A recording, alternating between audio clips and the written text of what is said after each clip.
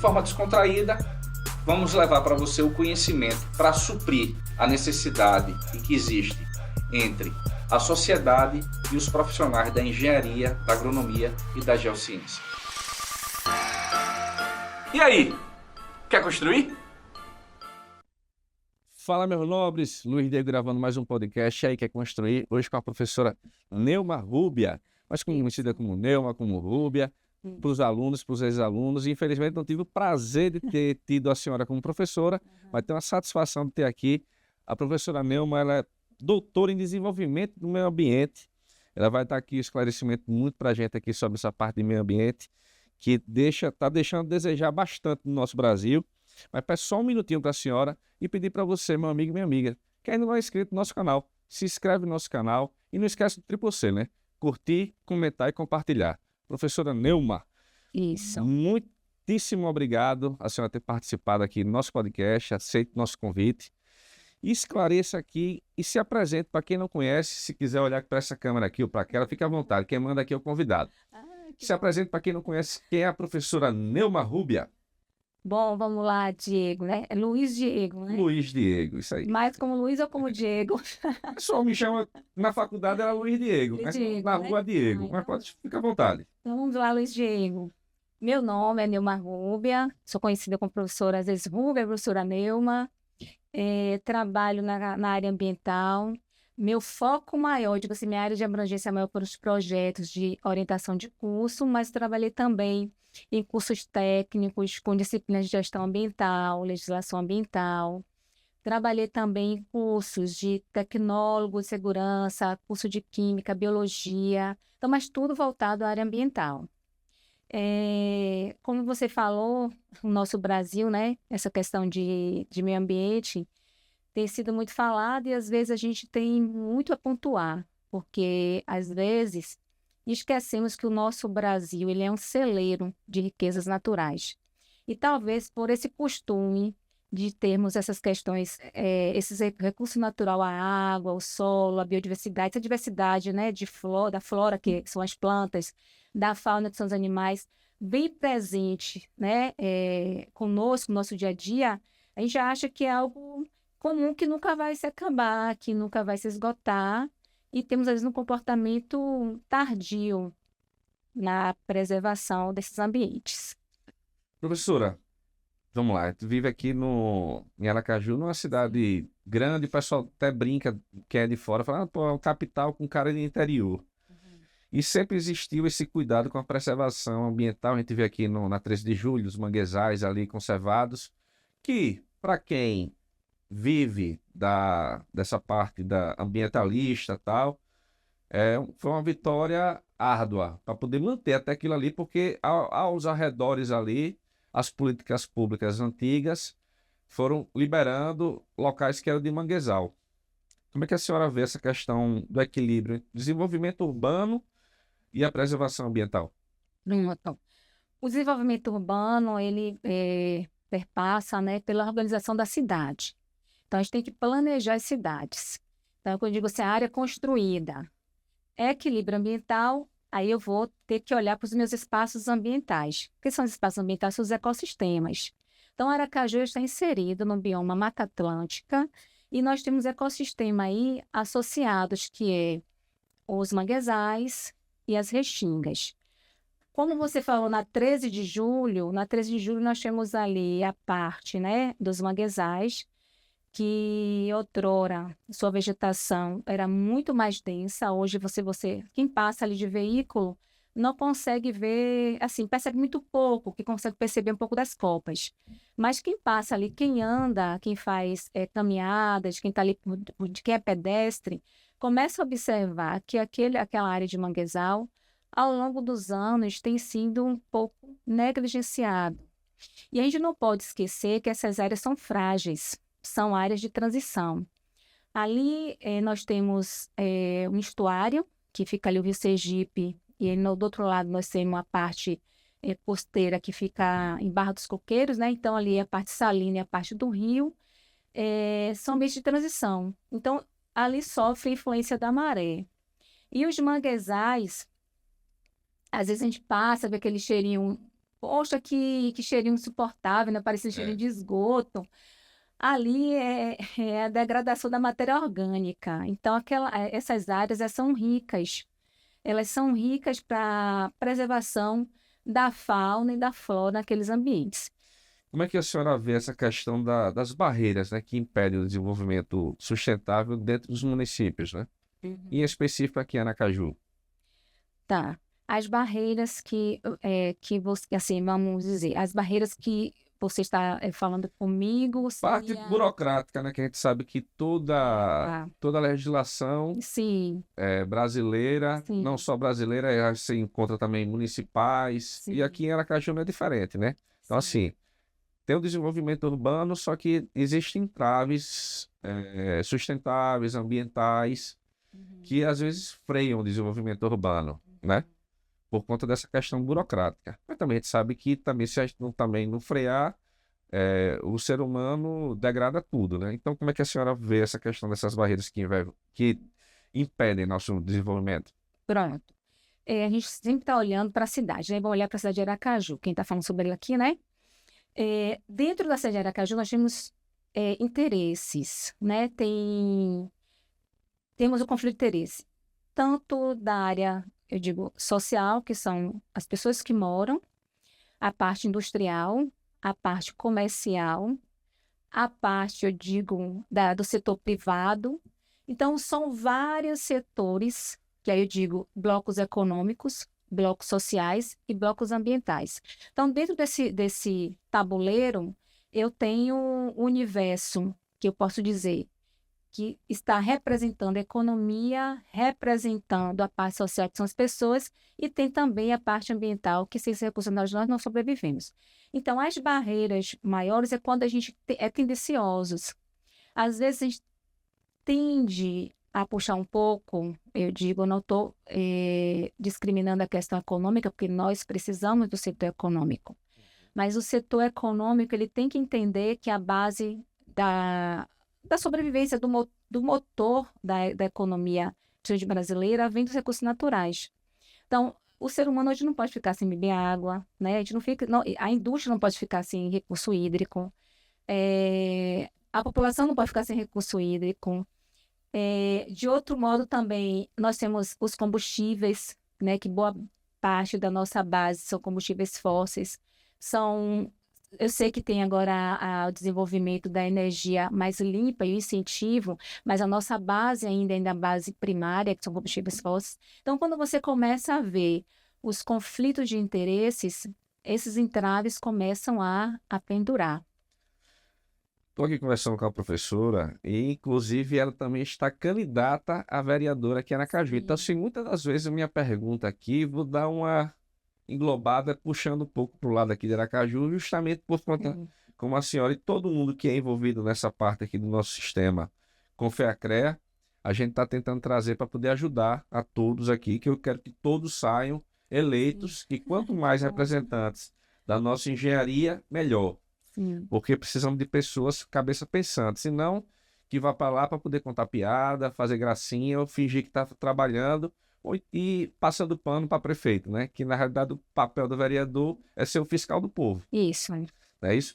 Então vamos lá, a importância que a senhora vê enquanto candidata e com fé em Deus lá na frente, vereadora, da sustentabilidade dentro do planejamento urbano da cidade. Ah, Luiz, a sustentabilidade virou até uma palavrinha de moda, né? Todo mundo fala de sustentabilidade. Mas a sustentabilidade ela é pensada nesses 3 viés que eu já até coloquei aqui na minha fala: o viés social, econômico e ambiental. Então, hoje é imprescindível uma cidade se desenvolver sem olhar para a sustentabilidade. Hoje a tendência do Brasil, devido aos acordos internacionais, porque a gente está observando as mudanças climáticas, né? Sim. E as mudanças climáticas é o tema hoje. Mas há anos atrás era o acompanhamento de quê? Da poluição, que nós estamos emitindo muitos poluentes derivados do carbono. Outra chamada anterior foi para a questão dos recursos hídricos, que era um recurso também finito. Então vejam que devido ao aumento da população, que é cada ano, hoje no mundo nós somos mais de 7 bilhões de habitantes. Então, todos os 7 bilhões de habitantes, todos nós, né, sobrevivemos nessas áreas. E cada área com sua demanda e com a ausência, talvez, até de algum recurso importante, ou às vezes até um recurso natural de forma limitada. Então, não tem como uma cidade se desenvolver sem pensar em deixar a sua cidade sustentável, olhando a economia da cidade. A senhora fica tocando sempre nessa parte da economia. Eu quero saber como é que ela pode ser aliada, né? Dentro da proteção ambiental, né? Pronto, através de incentivos fiscais, tá? Parcerias entre empresas privadas, deste modo, onde pode solicitar que as empresas dando incentivo, né? Porque às vezes as empresas não querem, não estou dizendo que não querem investir, evitam, porque todo mundo quer um caminho de retorno, Luiz. Entendeu? Eu quero investir, mas eu quero ter um retorno. Se aquela empresa ela valoriza o meio ambiente, ela tem que ser reconhecida. Ela tem que ter um destaque diferenciado na sociedade, porque ela está pensando no meio ambiente. Então, se eu tenho um cartão, um grupo, eu estou indo só para o setor privado no momento, mas para o setor público também. Porque o setor público também tem que trabalhar com gestão ambiental. E tem que também mostrar, não adianta eu cobrar do setor privado que ele faça práticas sustentáveis, tais como apresente iniciativas que valorizem que você está economizando água, trabalhando com reaproveitamento dos seus resíduos, olhando para a economia verde, e quando estou no setor público não estou fazendo nada disso. Não é assim. Tanto o setor público quanto o setor privado tem que trabalhar com essas iniciativas. Então, aí a senhora falou essa questão de implantar para as empresas, eu falo aqui como empresário. Como é que poderia ser implantado de fato, né? Porque assim, a gente vê o governo federal tolhendo alguns direitos que foram adquiridos ao longo dos anos para as empresas, e agora não diferente também para as pessoas físicas, falando agora como energia renovável. Antes, ela não era taxada, né? Queria botar uma energia solar na minha casa, eu colocava, não era taxado. Já a partir do ano passado, começamos com uma taxinha para variar, Brasil cheio de taxas. Como a senhora, como vereadora, poderia incentivar e conversar junto à prefeitura para poder, não só para as empresas, sim para as pessoas físicas, terem alguma coisa através da política pública nesse sentido das energias renováveis? Pronto. Do primeiro ponto seria uma linha de crédito, né? Que eu acho que uma linha de crédito para uma família que queira adotar energia através das placas solares seria uma iniciativa positiva. E isso eu digo com taxas de juros reduzidas, porque se eu vou incentivar aquela residência, ela vai estar economizando energia, vai estar também colaborando também para a cidade. Outro ponto de vista, quando aí você me fala que é uma situação bem... Você me colocou numa situação bem injusta. Quando vai falar a questão de números, a gente fica... Porque assim, a gente sabe que na questão ambiental tudo vai no cifrão. Justo. Tudo que a gente transforma para melhoria, eu digo isso até em práticas simples. Hoje a gente vai utilizar, está usando papel branco. Vou utilizar o papel reciclável, ele é a taxa maior. Tudo bem, porque a lei de fabricação exigiu mais tecnologia. Mas aí o consumidor na base financiou. Por que eu vou optar pelo papel reciclado? Já que ele é a taxa maior, só para dizer que eu sou ecologicamente correto. Então, geralmente, o valor que eu digo assim, o custo financeiro sempre entra na conta. Então, uma das iniciativas que eu enxergo agora seria incentivo de linhas de créditos e linhas de créditos com baixo custo. Então, eu acho que daí pode partir da questão da base educacional fundamental, que é o papel do município, né? O público, no ensino público, que é a base fundamental. Implantar a educação ambiental, né? Acredito que esteja pecando ainda nesse sentido, porque quando chegasse nessa hora daí, que a criança tivesse adulta, já tinha aquela mentalidade de falar, não, eu aprendi que dessa forma, né, é mais sustentável, é para o futuro, não olhar para o umbigo, né, a grosso modo falando aqui. Então, como é que a senhora vê a questão da implantação da educação ambiental nas escolas? Pronto, Luiz. A educação ambiental assim, já é implantada nas escolas através de currículos, né?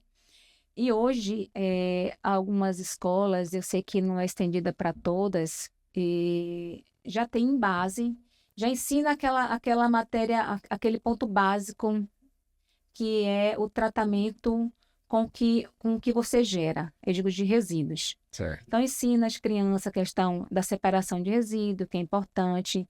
Se você pegar hoje uma criança, eu digo, não são todas as escolas, mas uma boa parcela já tem se esforçado para adotar essas práticas em sua metodologia escolar, Certo. tá? Porque de lei já está aí, já foi instituído, que é direito nacional, que não só o ensino básico fundamental e até o superior tem que falar da disciplina, não só falar de disciplina ambiental, tem que ter educação ambiental, porque não tem como você realmente mudar uma sociedade abrindo mão da educação.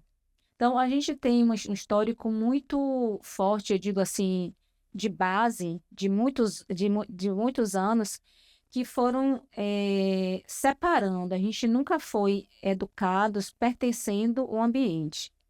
A gente foi educado nas matérias básicas, de cartesiana, que é cartesiana. Você aprende o que é matemática, você aprende o que é história, você aprende o que é português, você aprende ciências, mas no início não tinha essa integração. Então, hoje, falar de educação ambiental, eu não posso falar apenas de forma separada, né, como essa base. Ensinar apenas o aluno a separar resíduos, ou então ensinando apenas ele a economizar água. Eu tenho que passar para ele que ele faz parte desse ambiente que ele vive.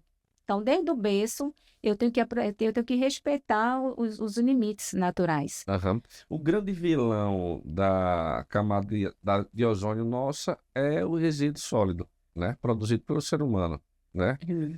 E são os aterros sanitários, né? A gente sabe que já modernizou bastante e tal, mas como é que a senhora vê, como especialista nessa área, uma gestão de resíduos sólidos pode ser aprimorada para minimizar, né, esses impactos ambientais? Bom, falar em resíduos sólidos, eu acho que é a dor de cabeça de todo gestor público, porque não é fácil, é uma gestão de alto custo e que requer a educação, mas requer também espaço para implementação. E a gente sabe que o aterro, ele ali é a finalização, né? O depósito de resíduos. E aí o depósito de resíduos, muitas vezes, a gente já não faz o básico, que é a separação no início, lá na fonte. Então, eu sei que Aracaju tem a coleta seletiva, mas não é estendida a todos os bairros. Então, quando aquela coleta passa lá, aquele transporte sai coletando aquele resíduo, ele vai lá depositar nos aterros, a gente já tem ali uma mistura de vários elementos.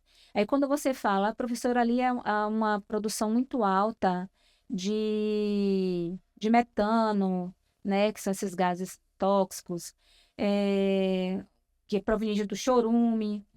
Como é que é feito esse tratamento? Como é que se resolve?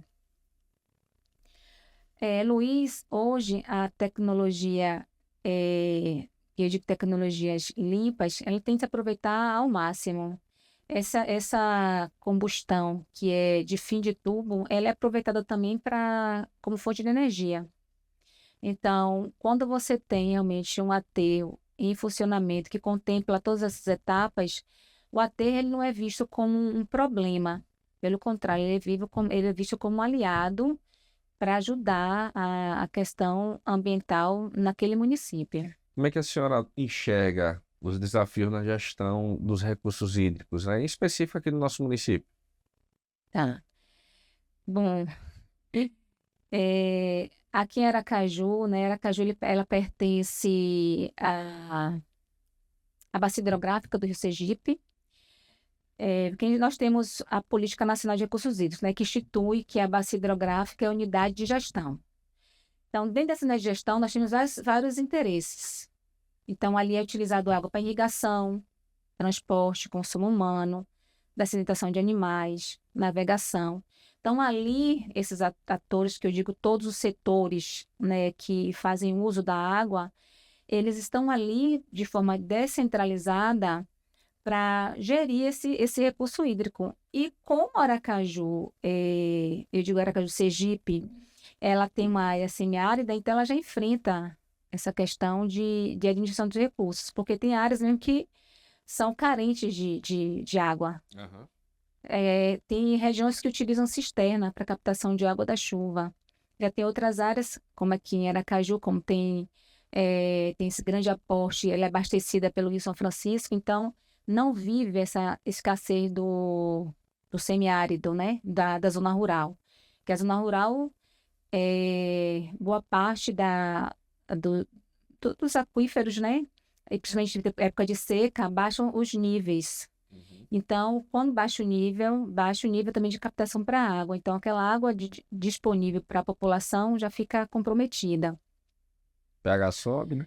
Ou baixa, nesse caso. Aí vai depender muito. Geralmente, o pH das águas aqui de Sergipe é em torno, de 7, 6,5 para cima, de neutro para alcalina, certo? Mas não tão alcalina. Mas você está aqui 7. Se Tô for, lembrado se ainda. for, se for, lá pro neutro. Se for do São Francisco, é em torno de 6,5, 7, que é uma água, aparentemente, que 7 é em torno de neutro, né? Assim, teve agora a licitação, né, que privatizou uma parte da Deso, né? Para quem não conhece, a Deso é nossa empresa de abastecimento e tratamento de esgoto aqui no nosso estado de Sergipe. Salvo engano, só teve um município do estado que não aderiu, que foi Capela, que tem o SAI, né? Que é o próprio lá do município que eles têm. Temos aqui também, salvo engano, Estância e São Cristóvão. Eu não sei se tem outro município, não sei se são 4, 3 que tem aqui em Sergipe, mas não aderiu Capela. Como é que a senhora vê essa questão da atual gestão, né, dos recursos hídricos no estado de Sergipe? O que é que pode trazer de melhoria essa privatização em partes, né, que não foi toda privatizada, né? Como a senhora analisa isso aí? Bom, eu não sou a favor da privatização, certo? Eu acho que privatizar um recurso natural, principalmente a água, é excludente. Porque hoje é direito universal. A gente, aqui em solo brasileiro, a gente tem a água, é direito de todos. Nós pagamos uma taxa pelo tratamento e alocação dessa água até residência. De forma, eu digo, sem privatização. Agora, privatizando, eu acho que algumas outras taxas vão ser aderidas. E outra coisa, você deixar na mão de poucos, essa é a minha visão, tá, Luiz? Na mão de poucos, de um grupo, privatizar um recurso natural, eu acho bem, bem delicado. Por quê? A gente sabe que o nosso país é muito desigual. A gente defende, eu sei que cada um tem que defender a sua camada, nós estamos aqui para falar e ouvir por todos, mas quando se trata de recurso natural, privatização não tem, para mim, não tem ganhos. Acredito que o Estado não tenha ouvido com certo bons olhos, né, nessa questão.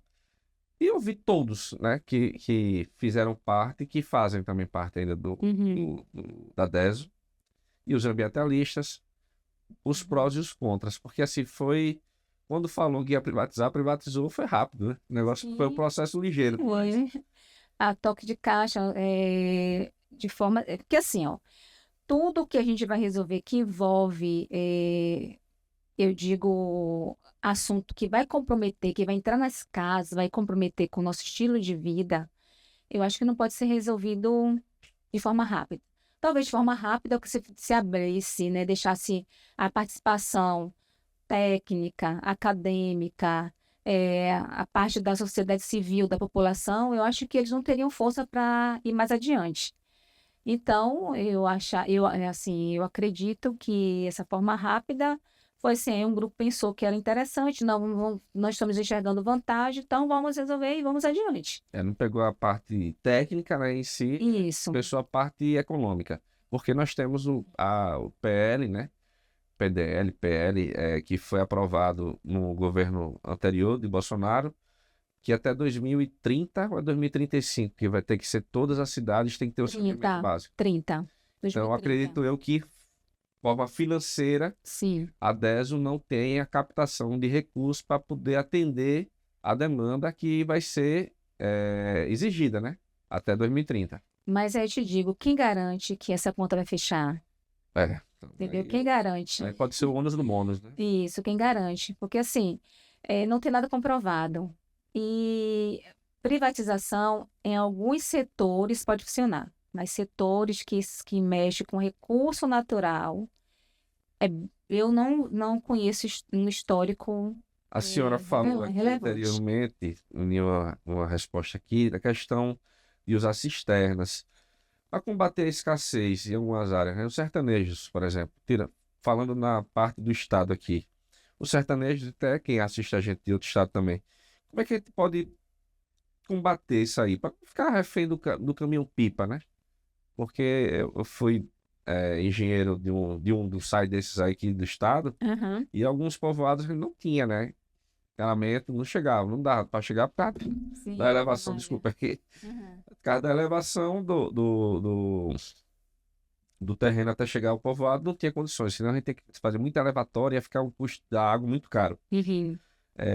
Então a gente tem que se virar nos 30 lá para poder levar água para o povo, né? Porque é um bem que não tem como viver sem isso, né? Como é que a senhora poderia dar uma dica para quem está assistindo a gente assim, que vive no sertão?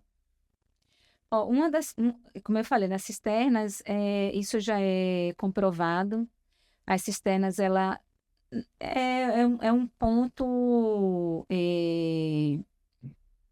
importante para quem não tem acesso à água, principalmente na época de estiagem. Por quê? Essas cisternas elas vão aproveitar em período de chuva, vão armazenar aquela água. Essa água ela também passa por acompanhamento, mas garante que o sertanejo ele tenha, né, nesse período de escassez a sua água. Mas o interessante que seria mesmo ampliar políticas públicas de acesso à água, Luiz. Tais como ampliar canais que liguem, porque assim, como você me falou, até 2030, o abastecimento de água tem que ter na malha 100%. Então, quando eu digo malha 100%, é alcançar em todas as regiões acesso à água. Também a questão do tratamento de esgoto, coleta e tratamento de esgoto, mas assim, eu falo do acesso à água porque é algo crucial que garante a preservação da vida, né? Eu não digo apenas da espécie humana, mas também da espécie O que eu acho aqui em particular animal. aqui, só interrompendo um pouco a senhora, a questão do tratamento de esgoto de Sergipe em específico, ele corresponde a 20%. Mas na hora da nossa taxa, da nossa conta, quando chegar lá, é 80% que a gente paga. Isso Sim. que não tá, a conta não está fechando. Se você me cobra 80%, me oferecer 80%, tá tudo certo. Entendeu? É a mesma coisa que você tem aqui uma loja, a senhora vem aqui, eu Sim. cobro tanto, você não é assim. No papel está dizendo que é de X, você está comigo com Y. Uhum. Então, como é que a gente pode trabalhar questão de políticas públicas contra essa questão de não oferecer para o cliente, somos nós pagadores, né? Os mortais, Sim. pagadores de impostos, que assim, a gente paga por uma coisa que a gente não usa. Porque 60% foi para onde? Esse tratamento, entendeu? Pronto. Tratamento de esgoto realmente é uma taxa que traz indignação a muitos, não é só você não. Como você me diz, né? A gente paga uma taxa alta e muitas vezes a gente passa em algumas regiões, esgoto a céu aberto, a gente nem sabe direito se aquele esgoto está sendo coletado na sua residência e está pagando aquela taxa, se realmente está sendo destinado a uma estação de tratamento e se esse tratamento está sendo adequado. Justo. Porque às vezes a gente faz o tratamento primário e secundário, tira apenas os sedimentos, mata em parcela alguma carga orgânica e despeja nos rios. Isso, a maioria do Então, tratamento da gente aqui é através dos raios solares, né? Que é de graça. Só precisa não piscina, não. mas assim, é importante que a sociedade cobre, porque é algo que está sendo pago. que fiscalize, porque eu acho que muitas das vezes o nosso direito, ele é, não vou dizer que é roubado, ele é diminuído por falta de olhares é, mais técnicos. Então, uma coisa é você pedir para alguém olhar, é, vá lá, alguém de sua casa, vá ali e veja se está fazendo a coleta realmente correta do meu esgoto. Aí eu tô vendo um tubo ali, tô dando exemplo, tô Aham. vendo um tubo ali, realmente está sendo coletado. Outra coisa é você mandar um técnico fiscal que vai olhar assim, não, está sendo coletado, mas tá tendo vazamento aqui, ó. Esse esgoto está sendo coletado, mas está tendo fissuras aqui nessa tubulação e está tendo contaminação aqui no solo. Aham. Outra coisa também é lá no fim do tubo, depois que chega a estação de tratamento, tem que ter também essa avaliação de a qualidade dos nossos efluentes, aí eu digo, né, sanitários, que demanda com carga alta, né, principalmente carga orgânica, como é que está sendo liberado? Né? Será que está realmente a nossa taxa de pagamento para tratamento está sendo de fato utilizada corretamente? O pessoal que trabalha nessa parte ambiental tem um olhar meio diferente para as indústrias e para o Sim. agronegócio. Como é que a gente pode integrar o uso responsável da água nesse sentido das práticas agrícolas e industriais, sem comprometer o abastecimento, né, urbano? Pronto, Luiz. Aí eu vou pegar a sua fala aí. Não seria um olhar diferente, seria um olhar, eu vou dizer para você, de mais aproximação, né? Porque a gente sempre cobra, ó, vai usar água, usou água, vai liberar efluente. Liberou efluente, tem que fazer acompanhamento. Porque imagina se a gente não acompanha o que a gente está descartando das indústrias. Que a indústria vai para o rio chega na casa da população inteira. E chega até na casa do próprio dono da indústria. Então, a gente tem que ter essa fiscalização, essa preocupação, mas também incentivar, que eu acho que a questão, os, os pesquisadores, como você falou, ambientalistas, é uma camada muito pequena que é radical. A camada maior, ela quer que o ambiente, quer que a sociedade desenvolva, mas não esqueça que depende do recurso natural. Aí você vê, né?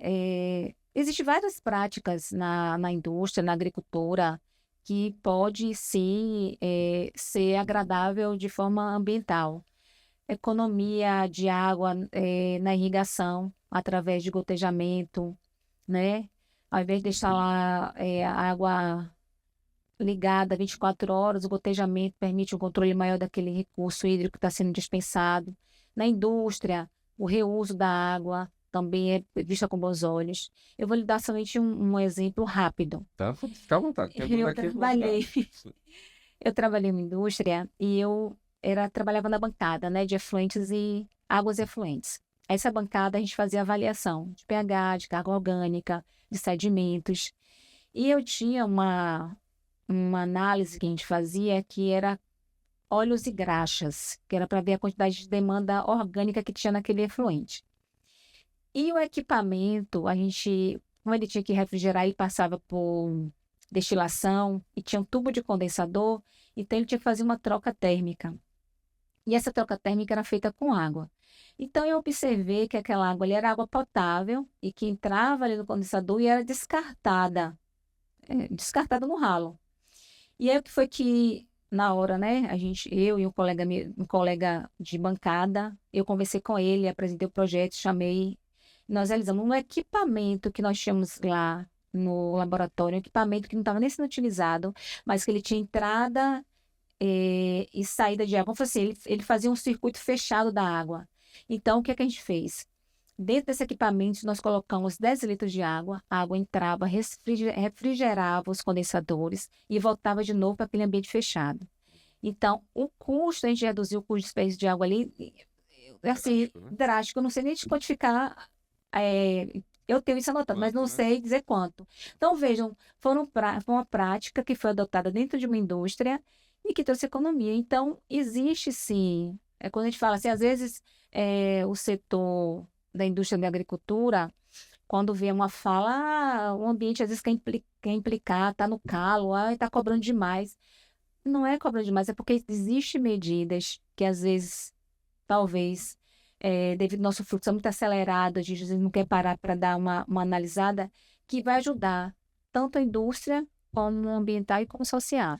Justamente. Nessa parte social, eu acredito que a cultura do brasileiro ainda está No desperdício. tá engateando. Tem aquela Dona Maria que gosta de lavar a calçada com a mangueira, em vez de pegar um baldezinho e economizar a água, né, ali, Sim. certo, quantos litros de água que economiza.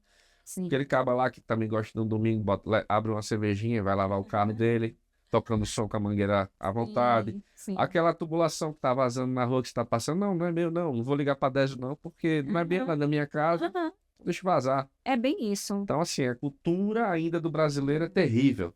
Peço só um segundinho para a senhora para agradecer aqui os patrocinadores. Sim. Quero agradecer a Geobras, Serviços Geotécnicos Geobras, 3D Engenharia, pensando em construir casa de alto padrão, 3D Engenharia. Barbearia Marcelo, pensando no corte masculino, ou aquela Barbearia Marcelo. Soedes Empreendimentos, empreendimentos públicos. Bergs Hidráulicas, pensando em serviços hidráulicos, Bergs Hidráulica. Suprimac, pensando em aluguel de equipamentos, Suprimac. GL Construções, construções de corporação, pensando em comprar aquele apartamento, GL Construções. Friotec, nosso novo patrocinador. Abraço aí a Marquinho. Friotec, pensando em serviços de ar-condicionado e peças para ar-condicionado, Friotec. Vai me desculpando, mas tem que agradecer aos amigos aqui que dá aquele apoio pra gente aqui. Vamos falar aqui agora com a candidata a vereadora Neuma, com o número, olha que eu sou bom de memória, 43111, tô certo? Isso, tá certíssimo. Podia estar fazendo propaganda para outro colega, mas 4311. Sim. É o Partido Verde, isso aí. Então a proposta e o partido é bem perfil da senhora, né? Meio ambiente. Isso.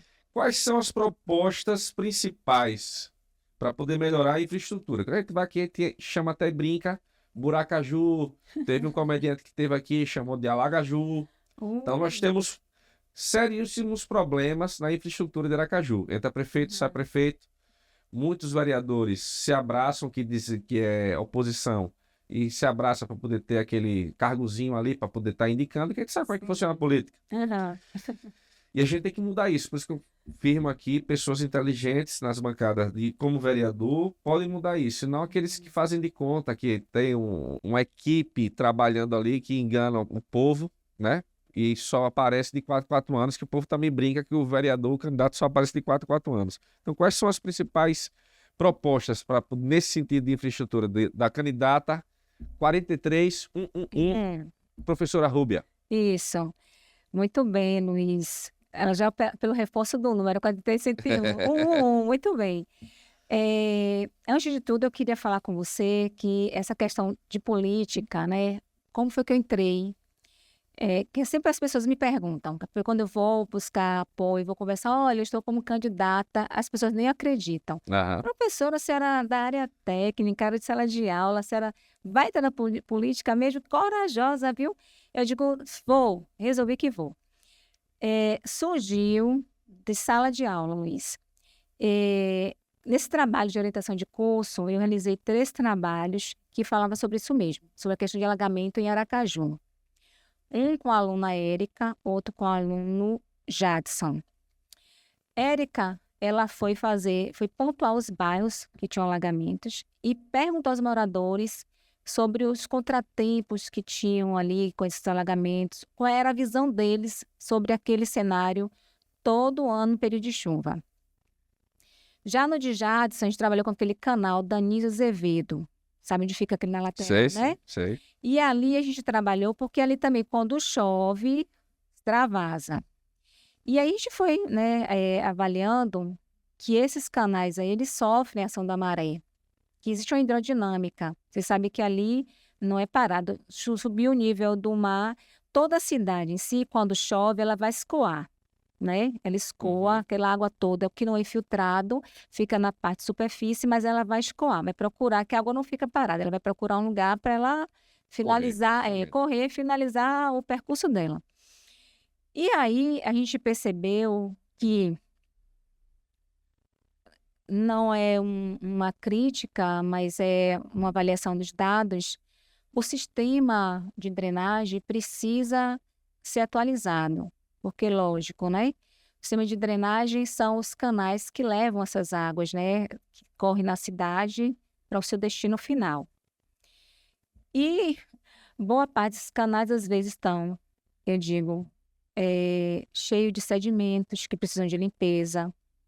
Às vezes, cada dia mais as ruas, vai surgindo uma rua ali, uma rua colar, e cada dia mais pavimentando a cidade. Então, quando pavimenta a cidade, a água fica na superfície, vai realmente correr nesses canais. E os canais, eles são calculados para X vazão, né? Eu não sou engenheira de cálculo, mas eu acho que vocês usam, né? Os engenheiros usam para qualquer tipo de E ainda tem malha. esse problema ainda também da elevação aqui, que nós temos aqui Aracaju, salvo engano, são 15 centímetros abaixo, né, do nível do mar, um negócio desse assim. Eu sei que ele tem esse problema, quando chove bastante, demora a escoar justamente por conta dessa declividade que não tem no município da gente aqui. Isso, mas é mais a boa parte, estou te falando, é essa influência dessa dinâmica, chamada hidrodinâmica.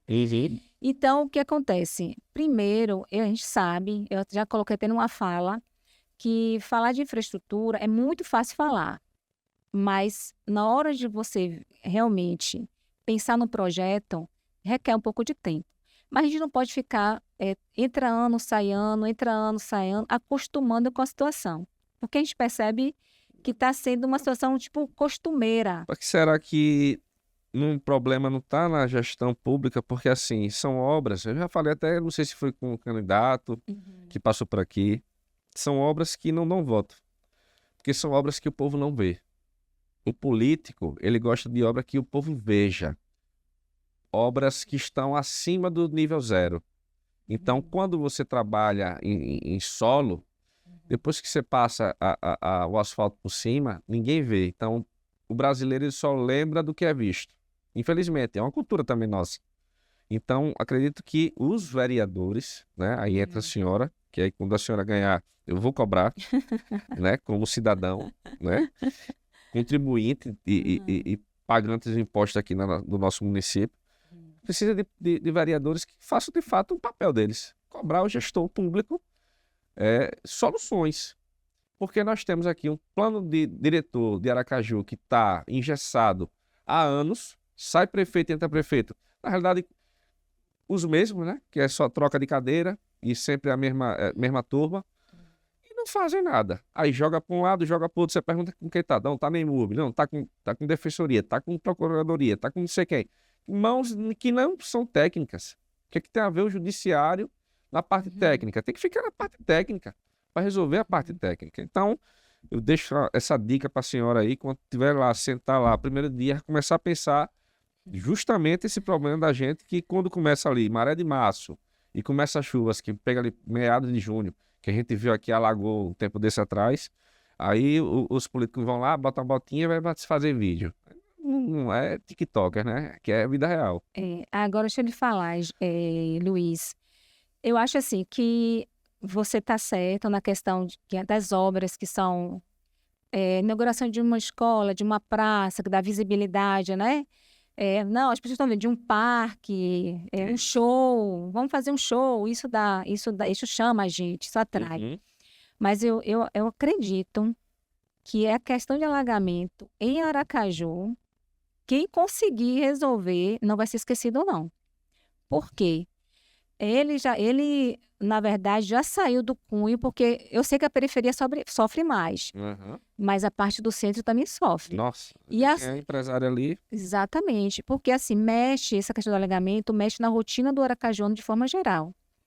Eu tenho 2 casos, eu coloquei até num vídeo de uma senhora que ela estava esperando fazer uma consulta, não conseguiu fazer porque estava dentro do carro e choveu na hora, alagou a rua, ela não pôde descer. E de uma pessoa próxima a nós, né? Que anda de moto, caiu, a rua estava alagada, ela aspirou aquela água contaminada, foi parar no hospital, ficou internada vários dias entubada, porque Legal. pegou uma bactéria. Então, assim, aí eu acredito que essa questão dos alagamentos, existe, não sei qual o motivo, eu acredito que o motivo para se pensar em mexer uma obra, porque é uma malha grande, né? Uma malha de Uhum. drenagem grande, que tem que se ajustar, mas eu acho que já pode começar a fazer os pequenos trabalhos, né? Primeiro fiscalizando os canais de ligação clandestino, que às vezes não era para estar aquela água sendo escoada naquele canal, está. Então, tem trabalhos de bases pequenos que podem ser feitos. Uhum.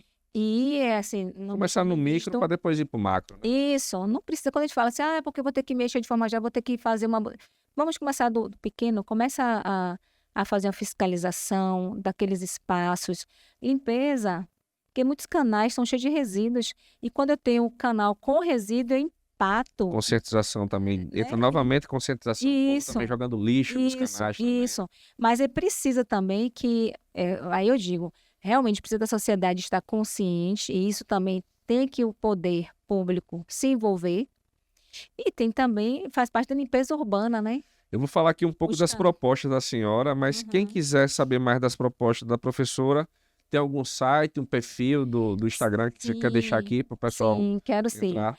Eu tenho um site, neumarrubia.com.br, e tenho também o meu Instagram, que está como Neumarrubia, Neuma_Rúbia. Pronto, Entra Neuma lá que você underline vai Rúbia. acompanhar, Então vamos lá, que eu essa vou, caminhada, vou né? pincelar aqui. As propostas são bairros mais verdes, Uhum. certo? Depois a senhora dá uma pinceladazinha Sim, aqui. tranquilo. Ruas iluminadas, coleta e tratamento de esgoto, Uhum. resíduos depositados em locais apropriados, ruas sem alagamentos, que já falamos agora, Sim. curso itinerante nos bairros para as mulheres. Aham. Pode dar uma pinceladazinha aqui para poder esclarecer quem tiver dúvidas aqui, o que seriam essas propostas. Vamos rapidinho. Bairros mais verdes, minha bandeira principal, né? A Aracaju, ela tem perdido seu verde. E quando eu digo áreas verdes, são aquelas áreas nas nossas praças, nas avenidas. Eu só não estou falando de, tem que ter uma reserva com proteção permanente. Não seria que esses espaços já é de direito. Mas eu digo, as nossas áreas que circulam por Aracaju percebe que ela está ficando mais quente. Mais quente pela questão da mudança climática também, concordo. Mas está ficando mais quente porque a gente está perdendo essas áreas verdes. Luiz, quando você chegar em um bairro que você está em uma praça arborizada e você tem um outro bairro que você está com uma praça sem arborização nenhuma, qual praça você vai querer sentar? Com certeza, né? Eu fui criado de frente à Praça Tobias Barreto, Sim, que tinha de árvore ali, que eu não sei como é que tá hoje, né? Mas ali era árvore demais, né? sim. Aí, não traz para Com certeza, você. conforto, bem-estar. Sim. Então, se você for olhar, não estou falando só do bairros periféricos, não, de praças importantes. Você passa a praça aquela da Catedral, às vezes tem até árvore, mas está tão sem assistência, tão sem atenção, porque eu não posso deixar, pronto, eu tenho uma árvore ali, deixar abandonada. Não, a árvore também tem, as praças arborizadas tem que ter acompanhamento, tem que ter ali a limpeza pública, e tem que também ter o setor responsável, digo assim, né, da área municipal, que faça esse acompanhamento. A gente pincelou aqui sobre educação básica. Teria alguma coisa específica que a senhora queria fortalecer para quem está assistindo a gente? Bom, aí quando eu falo educação básica, aí eu digo, né, o básico. Primeiro a gente precisa, que é o básico, respeitar como ser humano. Eu acho que o meu comportamento em casa, eu apresento na rua também. Então, eu acho que a gente tem que, não vou dizer reaprender, repensar do nosso comportamento fora das nossas residências. Porque às vezes eu estou dentro de casa, não jogo uma casca na minha sala, mas eu saio e jogo um resíduo em uma rua. Porque eu pago imposto, tem um agente que vai fazer a limpeza. Não, gente. A gente tem a gente paga uma taxa para limpeza, mas é porque precisa ter limpeza contínua, porque as cidades têm que manter contínuo. Mas e olha que a limpeza tem os horários, sua programação. Depois que faz aquela faxina, né? Uhum. Se depois daquilo ali eu me descomprometo com o asseio daquela cidade, com a conservação daquela cidade, o ônus é meu. Então, o que eu vejo muito, digo, educação básica, os princípios. Eu acho que ontem mesmo eu estava passando, estava no carro, e eu digo que não foi uma pessoa. Geralmente acha que as pessoas sem educação são aquelas pessoas que estão mais nas zonas periféricas. E às vezes não é. Eu vi um carro de luxo tacando-lhe papel fora do carro, tacando lata fora do carro. Eu digo assim, Entra de novo naquela esfera que a gente começou, que é educação. entendeu? Então, assim, no básico que eu falo é como eu me comporto fora da minha residência. Porque, assim, na residência você e sua família se Respeito pelos resolvam. pais, respeito pelas professoras. Isso. Não existe mais isso. Isso. Hoje aluno querendo matar professor, bater em professor, não respeita pai e mãe. Então, daquela nossa época, que a gente deve ter Sim, mais ou menos a mesma idade, sim, a gente era criado nisso aí, né? sim, Esse de você ter que respeitar o professor, sim. né, na sala de aula. E se comportar bem ao sair de casa. Quando a gente saía, eu digo por minha mãe, ela sempre tinha aquela preocupação: olha, você vai sair, vai para a escola, respeita o professor, não responde ele, não procura fazer baderna, qualquer coisa que em casa a gente vai resolver. Saiu de casa, não fica comendo tudo que te oferece, não seja mal educado, respeite os mais velhos, sempre tinha alertado sobre isso. Vamos esquecer essa parte Vamos. A gente está falando de política, obviamente, mas vamos Sim. esquecer essa parte partidária, Sim. esquerda, de direita, de centro. Vamos pensar enquanto sociedade, né? Enquanto civil, que precisa do órgão público para viver. Saúde, né? Uma coisa que entra, sai, nada se resolve, só promessa. Cada político desse devia fazer uma estátua dele e fazer uma igreja só para eles, porque tudo é santo. De tanta promessa que fazem e não fazem nada. Saúde pública, né? Uma realidade do nosso Brasil. A gente vai num posto, falta remédio básico, falta uma dipirona, falta um paracetamol. Pessoas que são diabéticas, falta insulina, falta muitas das vezes a própria seringa, né? Eu digo isso porque eu já vivenciei nesse meio aí, na parte de política, quando eu andava muito. Eu gosto de política, né? Eu falo de Sim. política fácil porque eu gosto.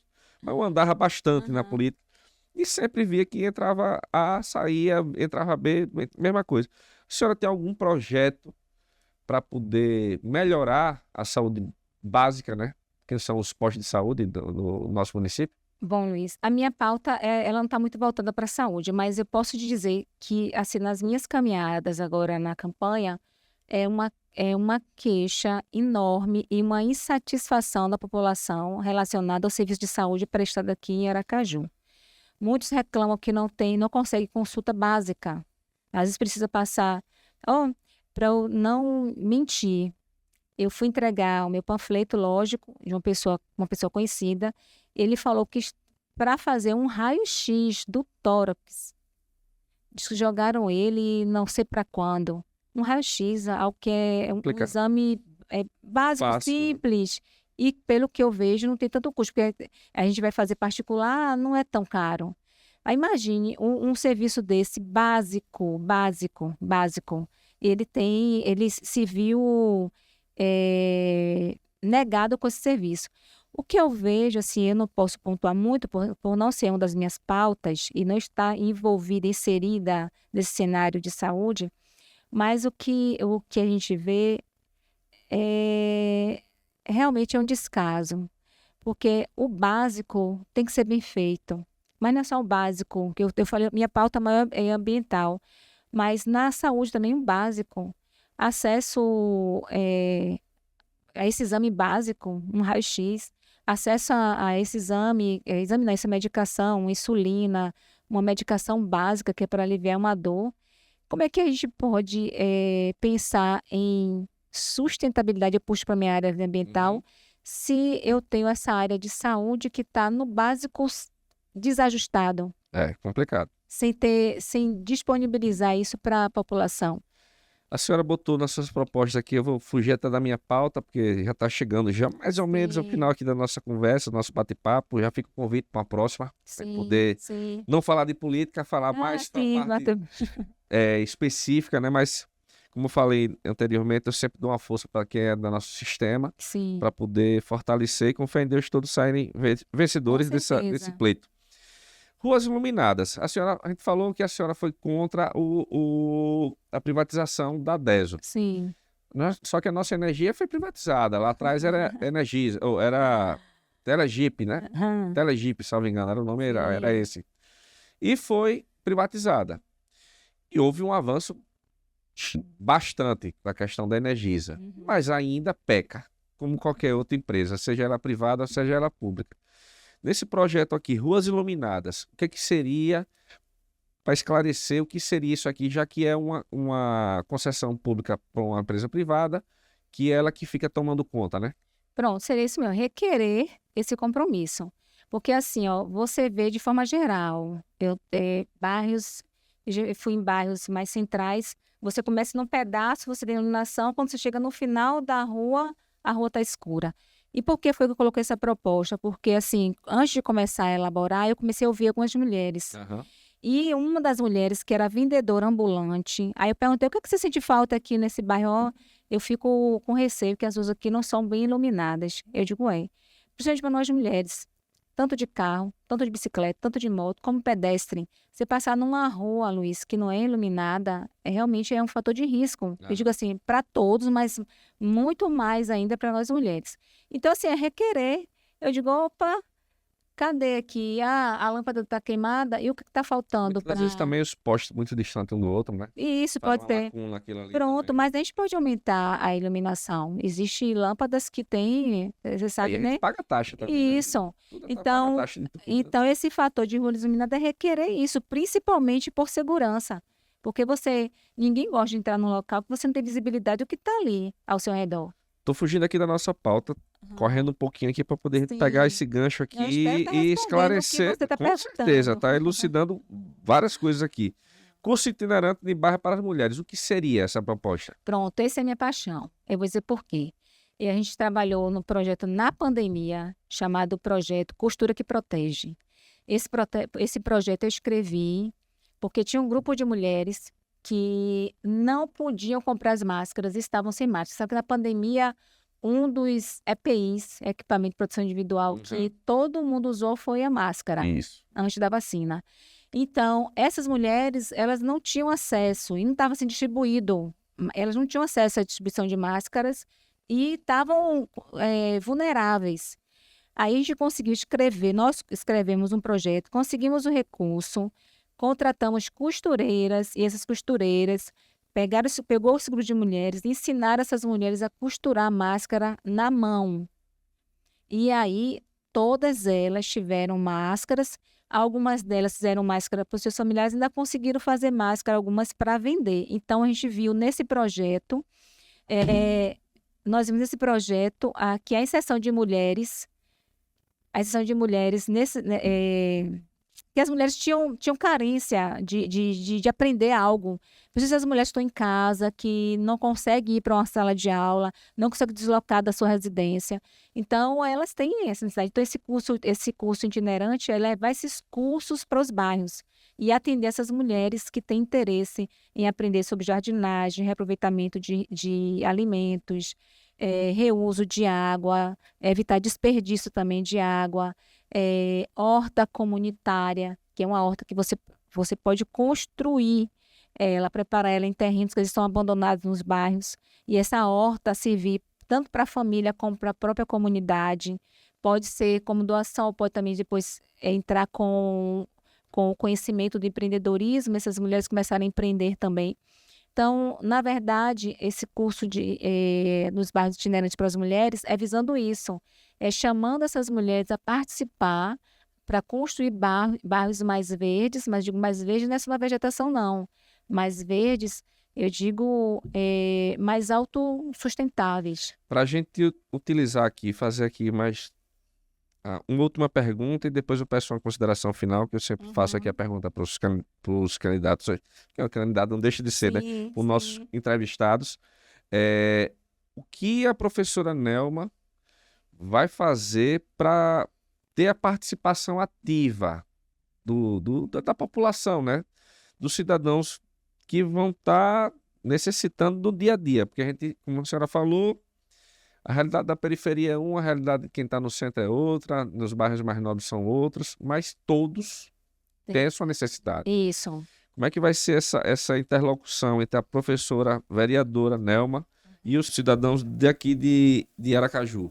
Para não estar escutando, você só aparece de 4 em 4 anos. Isso. Então, como é que a senhora vai Bom, ser ativa nesse sentido? isso. Eu estou tendo bastante cuidado, Luiz, de onde eu passo não estar prometendo, mas dizendo o seguinte: ó, eu tenho o compromisso que todo vereador, como você me falou, ele é fiscal, né? De Justamente. estar nesses bairros, vendo as demandas, que, principalmente nas pautas que eu pontuei, na questão dos bairros mais verdes, dos cursos itinerantes nos bairros para as mulheres. Esse aí mesmo é algo que a gente já está, de antemão, já buscando os ambientes apropriados. Porque em Aracaju tem muita gente fazendo diferença, tem muitas mulheres que já trabalham transformando seus bairros e não têm visibilidade.